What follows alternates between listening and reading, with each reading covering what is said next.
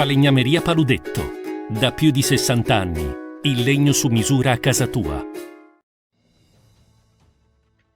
TG Plus News edizione di Venezia, buonasera. Apriamo il nostro notiziario con la cronaca. Alle 13:30 circa di oggi si è verificata una rottura nella condotta DN600, una delle condotte principali che serve Mestre e la terraferma comunale in via Berna, laterale alla fine di via Martiri della Libertà. Immediatamente si è verificato un generalizzato abbassamento della pressione idrica. I tecnici di Veritas sono intervenuti prontamente, hanno manovrato per chiudere la saracinesca e attualmente la pressione è tornata normale dappertutto. Ancora cronaca. Il Servizio Osservatorio Aria dell'ARPAV, Agenzia regionale per la prevenzione e protezione ambientale del Veneto, comunica l'avvenuto superamento della soglia di informazione di 180 microgrammi al metro cubo per l'ozono nella stazione di rilevamento della qualità dell'aria di Parco Bissuola, con valore massimo orario di 203 microgrammi al metro cubo alle ore 16 di mercoledì 23 agosto.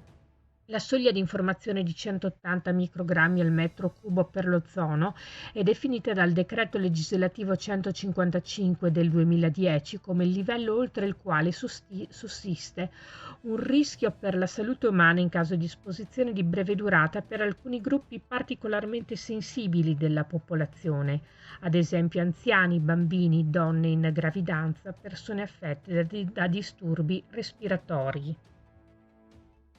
E si avvicinano alla chiusura i lavori di realizzazione della nuova pista ciclopedonale di collegamento tra Favaro e Tessera. Il sindaco Luigi Brugnaro ha voluto visionare personalmente l'andamento dei lavori. Stiamo rispettando i tempi per la conclusione dell'opera, la cui consegna è prevista entro fine settembre, ha commentato il sindaco.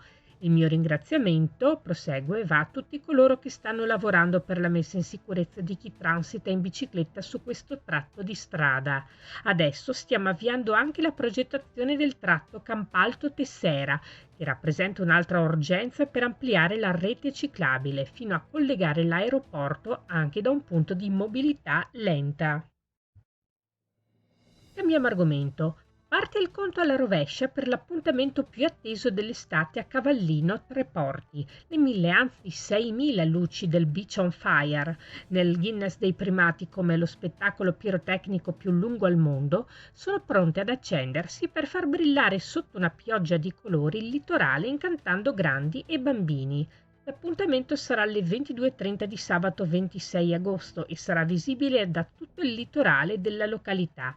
Giunto alla 18ª edizione, lo spettacolo pirotecnico prevede il lancio di oltre, come detto, 6.000 artifici sparati da 10 postazioni sincronizzate via radio che coprono tutti i 12 chilometri di litorale dal faro di Cavallino a quello di Punta Sabbioni, tenendo incollati col naso all'insù gli spettatori per ben 17 minuti di colori e meraviglia. Questa era la nostra ultima notizia. Grazie per essere stati con noi. Arrivederci.